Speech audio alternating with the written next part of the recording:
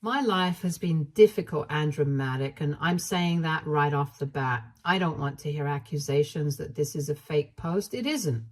I have had a tough life, and it has taken me a lot of mental strength and work to reach a place where I can even talk about it in a level-headed way. I genuinely hope no kid has to go through what I had to go through. It has screwed me and scarred me. And I can still feel the effects of it so many years later. My 28 male dad passed away when I was 6 years old. It was a freak accident that took his life, and even though I don't remember much, I know that he loved me a lot. I remember the love, and I still miss him every single day. Unfortunately for me, I have never received that kind of love from my mother, Amber, 53, female. It was clear from the start that she did not like me. I also have an elder brother, Jacob, 32, male, and Jacob was Mom's favorite. I realized it young, but I never knew how deep and wide the divide between us was. I'm estranged from both of them and have been for a very long time now.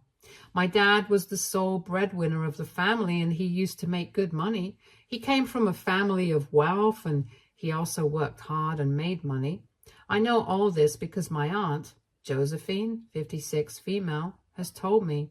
She has been the one who strove hard to keep my father's memory alive in me, and I will always be grateful to her for that. After my father died, the responsibility of the house came on to Mom. Both my brother and I were young. I was 6 and he was 10. We couldn't really do much except help around the house, and that we did to the best of our abilities. However, it got tough very soon. Within a year, we had to move houses because we were falling behind on rent. I don't know the exact details of Dad's finances during that time, but I remember Mom working very hard and being extremely overworked and snappy all the time. We were always walking on eggshells around her, and neither Jacob nor I liked being at home during that time. We never knew when Mom would do or say what, and we tried our best to steer clear of her. Then came the blow that changed the course of my life forever. When I was 7 years old, around a year after Dad's death, Mom came to me in tears. She said that she was going to send me to live with Aunt Josephine for a while. At first, I thought all of us were going on a vacation, and I got very excited because I loved Aunt Jo. But she said that it was just me who was going to go, and Jacob and Mom wouldn't be accompanying me. I was very excited to get away from the house and away from all the duties that she had me perform. It wasn't a lot as such, but I remember being excited. Little did I know that that would be the last time I would live with my mother and my brother. Aunt Josephine came and took me away. The first week was amazing. Mom called me up every day and we chatted with each other, and Aunt Josephine took me shopping. But I remember that summer break was about to end and Mom hadn't come to take me back. I asked Aunt Jo what was happening and when I would be going back, and she said that it would be a while for now. I said that school was starting, and she said that she would enroll me in a new school here. I got enrolled. I was afraid, but I adjusted gradually. All this while, I felt that this was a temporary arrangement, and within a few weeks, however, I stopped having fun and felt homesick. I was on the verge of tears every day. I missed my brother and my mother, and I used to spend hours crying in my room, not knowing when they would be back. Mom's calls had become sporadic too. The next time she called me, I asked her when she was going to come back and take me, and she said that she would come in 2 weeks. Those were the happiest 2 weeks of my life. I told everyone that I was going to go back home in 2 weeks. My teachers, my friends, my classmates, everyone knew, but I didn't. And then everyone called me a liar and made fun of me. I kept on waiting for Mom, but she didn't come. And then one night, Aunt Jo told me the truth. She had been keeping it inside her for far too long, and I think by that point in time, she had had enough. I could hear her on the phone, and she was screaming. She sounded livid. I didn't know that it was my mom on the other side of the phone. I didn't know it was my mom on the other end of the phone, but after a while, she came into my room with ice cream and told me that she wanted to say something to me. I don't know how, but I had a sinking feeling that it was about Mom. She told me that I was going to be staying with her for some time, maybe a year, before Mom would take me back. Even at that point in time, I knew that it was a lie. I knew that Mom wasn't coming to take me and that I had been given to Aunt Jo permanently. I asked her if she was saying the truth, and she was honest with me. She said that she was telling me whatever she thought would happen, but that she had no control over whether it actually would or not. I cried a lot that night, and she cried with me. But all in all, it was a good night, and that was the day when I think a part of me finally accepted that this was to be my new life. Aunt Jo and I got very close after that. She helped me a lot and got me into therapy. Mom did call, but it kept on getting very infrequent, and soon enough I had nothing to say to her at all. The calls became shorter and everything began to change gradually. Soon enough, I started seeing Aunt Jo as my parent and mother and her boyfriend Stephen as my dad. Both of them doted on me, and I was the ring bearer when she got married to him. My mom and Jacob did not even turn up, and that, I think, was the cementing factor that completely severed all my ties with them. I was done. This happened when I was around 12, and after that, I never picked up any calls. After a couple of tries, the calls stopped coming. I had a new family, a family of my own, and I'm not going to lie. There were days when I felt horrible about my situation, when I felt that there was something inherently wrong with me, which is why my own mother sent me away. But Aunt Jo was always there to be by my side and love me.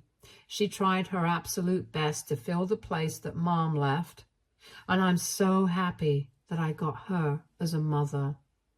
When I was about to go to college, Aunt Jo told me that I was old enough to know what had really happened. She said that she had wanted to tell me years ago, but she felt that I wouldn't have been able to take it. She told me that after Dad had died, Mom had to go through a lot. She had thought that Dad's family would take care of her and us, and they did. They tried, but they couldn't match Mom's expectations. Mom essentially wanted them to take over all financial responsibility, and she would take care of the household. She wanted things to be like they were when Dad was alive, and obviously that wasn't possible. In the initial few months, Aunt Jo said that we used Dad's savings, and Aunt Jo contributed. My grandparents contributed, but Mom was always complaining. It took her some time before she realized that she would have to pick up a job. My grandparents told her that they were willing to babysit us for free when she was at work, but Mom and them did not really get along that much, and Mom didn't want them around us. So all in all, Mom was in a fix. She had the option of taking the help and support that she was being offered, but she was too rigid, which is why that entire offer fell through, and relationships between the family got sour. Soon enough, Mom realized that raising 2 kids and caring for them on her income was not possible, which is why she told Aunt Jo to take me. Initially, it was supposed to be a temporary arrangement, at least that's what Aunt Jo was told, but Mom kept stalling her. She kept on making excuse after excuse as to why she couldn't take me back. Aunt Jo said that she saw through the bluff soon enough and didn't know what to say to me. She told me that there were so many times that she used to beg Mom to talk to me and tell me herself that she wasn't going to come back, but I guess Mom didn't want to be the bad guy and left Aunt Jo to do all the dirty work for her. My grandparents, too, tried to talk to Mom about what she was doing, but she was insistent that she didn't want me back, and Jacob had adjusted well to living alone. My grandparents were furious, and they cut Mom off completely. Mom had not anticipated that, and she had still been receiving money from them, but then that stopped completely. She begged Aunt Jo to intervene, but Aunt Jo refused, which is why they don't see eye to eye anymore. She said that Mom probably always had the intention of not coming back, but she was sure that Mom did what she did because she wanted me to live a better life. But I knew the truth. I had always known it, even as a kid. Mom had loved Jacob more. It was evident. She had been closer to him. He was her favorite child, and I was just there. And because I was just there, she could afford to pack me up and ship me away. One day I was there, and the other day I wasn't, like a piece of old furniture, and that was the truth. It was a hard night for me. I cried a lot. Aunt Jo and Stephen cried with me. I thanked them for raising me, and I remember Aunt Jo looking so angry. She told me that if I ever thanked her for being my parent, she would be devastated.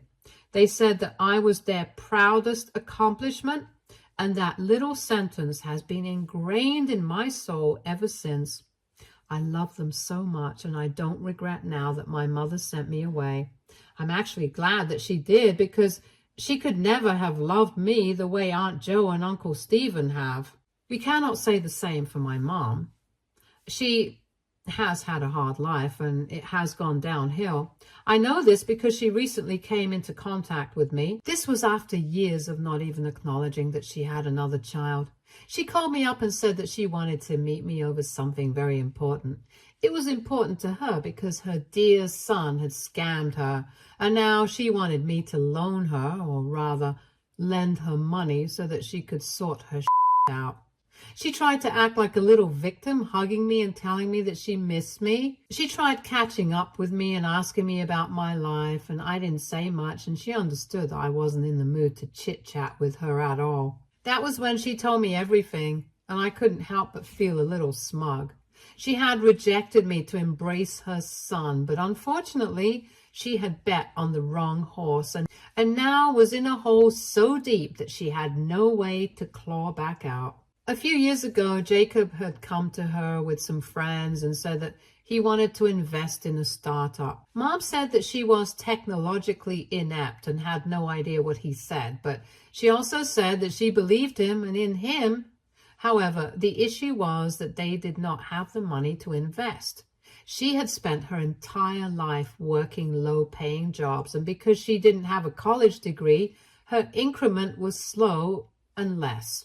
Jacob did have a job, but he was laid off during COVID, which is when he had gotten deep into startups.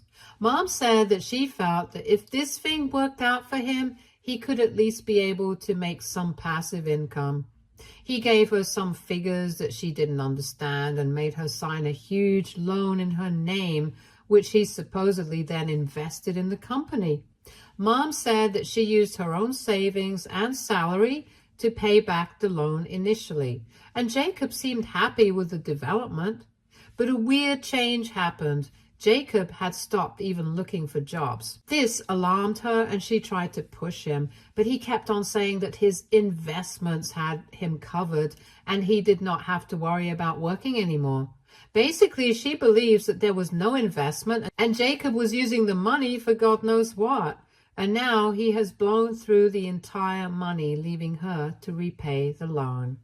Moreover, he keeps asking her for money as well. She said that she literally does not have even a single spare penny to give him anymore. When Jacob realized that he had sucked her dry, he tried to get in touch with our grandparents. They literally kicked him out and said that they had only one grandson, and that was me, and Jacob was a fool to expect that they would help him out. And that was when I realized what all this was about. She was after my money. Grandpa had just given $1 million in inheritance. Aunt Jo and I had always known that he was going to give some money to me, but we hadn't known that it would be this much. Even I was taken aback by the kind of money that it was, but as I've already said, my dad's family is wealthy. All that money has come to me, and not without conditions. Grandpa had told me that if I worked hard and made a good career and living for myself and grew up to be an honorable man, he would like to help me. That was his help. And I'm sure that he did not extend the same help to Jacob, because from what my mother just told me, Jacob was the exact opposite of the qualities that my grandparents admire. Being out of a job for years and then not looking for one, scamming your own mother who has worked so hard to give you a decent life, and then being a whiny little baby about it are not exactly qualities to exalt. which is why Jacob got zilch. And this is why my mother was here in front of me years later with a begging bowl in hand. She wanted to save her little prince's life with the money that I had been given. I cut her in between and told her that she was not going to see even a single penny of that money. That shut her up immediately, and she said that that's not what she had come for. I told her I know why she had come. She was after the money, and I was going to give her as many dollars as the number of times she had come to visit me after she had left me at Aunt Joe's for a little vacation. She had tears in her eyes, but I wasn't willing to be gentle with her. I had never been granted that luxury, so why should she get it? She told me that I had the means to help them out, and at the end of the day, we were still family. I told her in no uncertain terms that there was no way in hell that she was my family. She had stopped being family to me the day she abandoned me, and I'm sure Jacob didn't even know what I looked like. It was real convenient of her to think of me as family when it suited her, but she didn't feel the same way when she sent me away, so she only had her perfect son to raise. Well, her perfect son had bitter in the and now the only person she could blame for it was herself. She was crying uncontrollably at that point, and I felt nothing but rage and hate for her.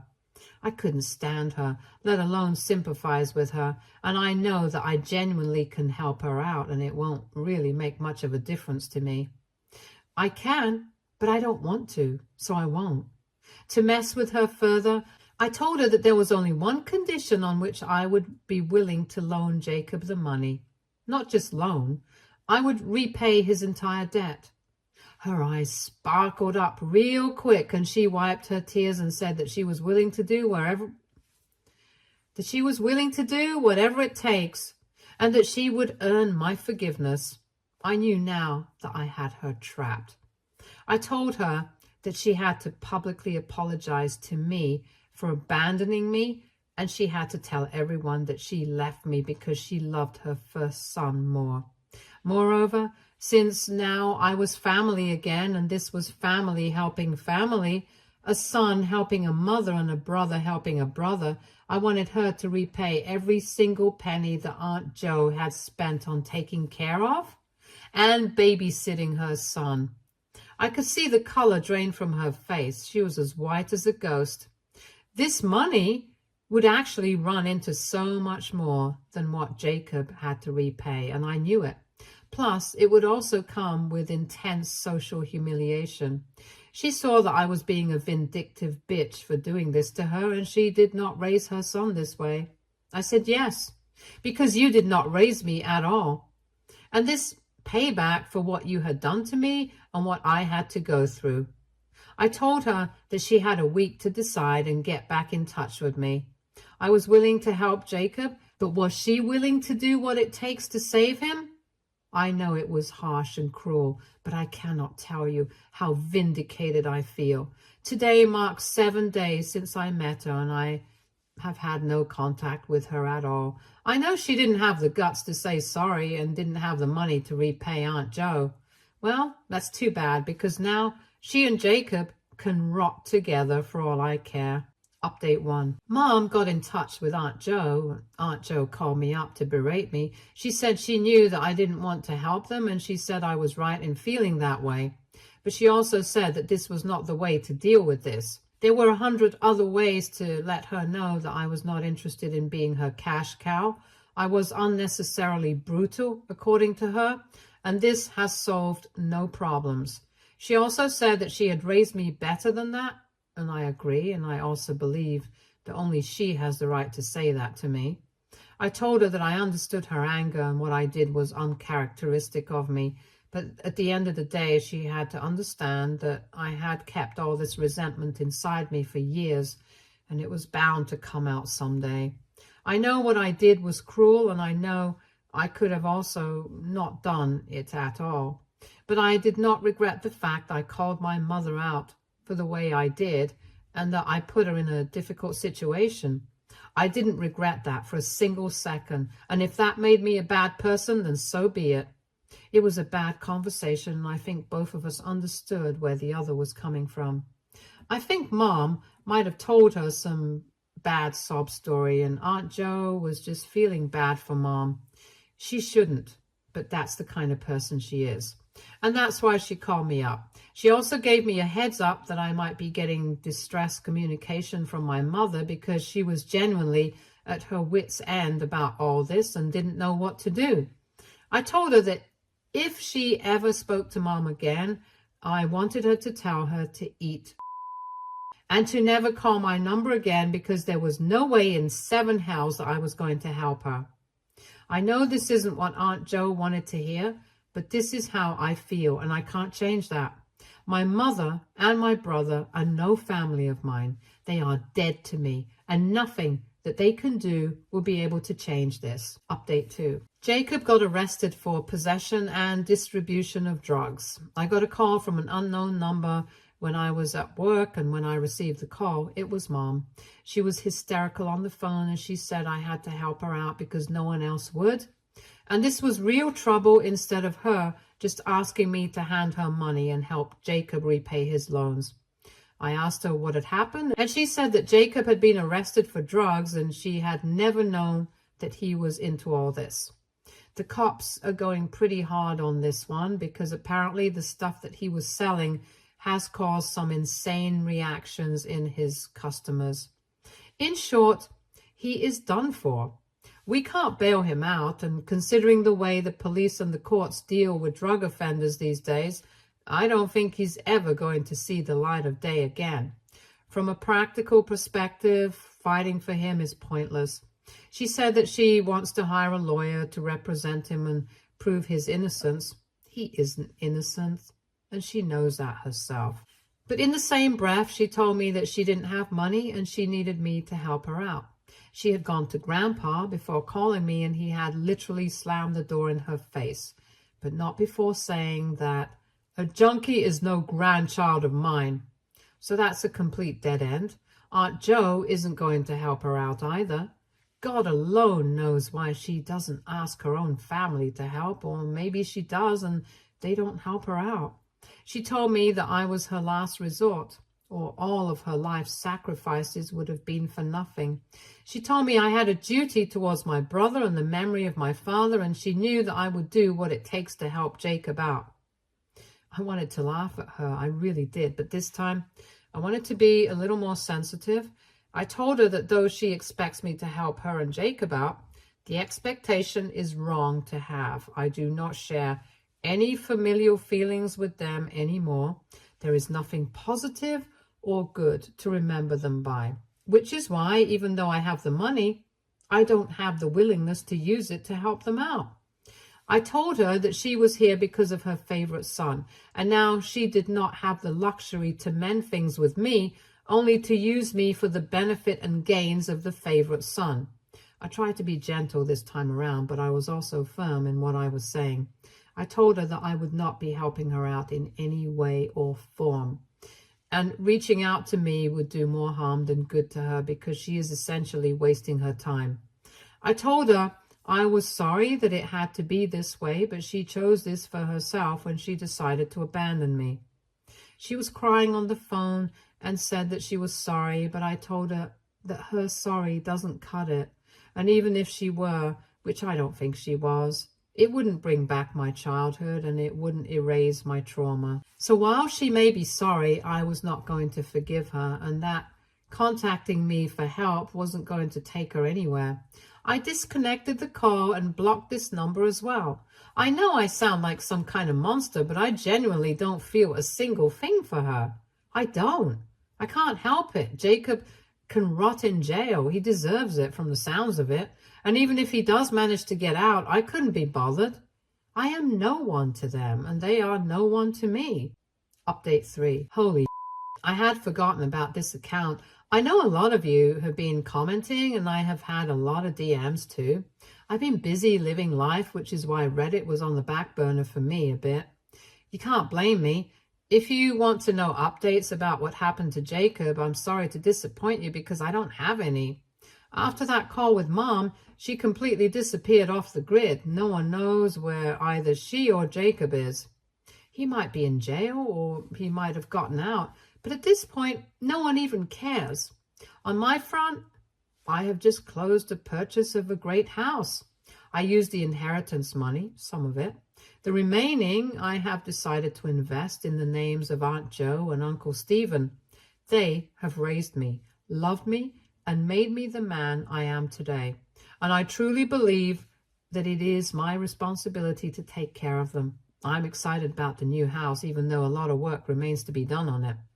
I have to sort the interiors out. I have to set up the garden, but it's a good change, and I know I'm going to love setting up my new home.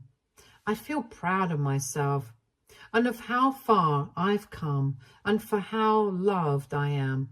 I know this wasn't the dramatic ending that you all were looking for, but well, it is what it is, and I'm happy. No more drama from my end, folks. That's it. Stay tuned for more stories from Our Girl Relationships.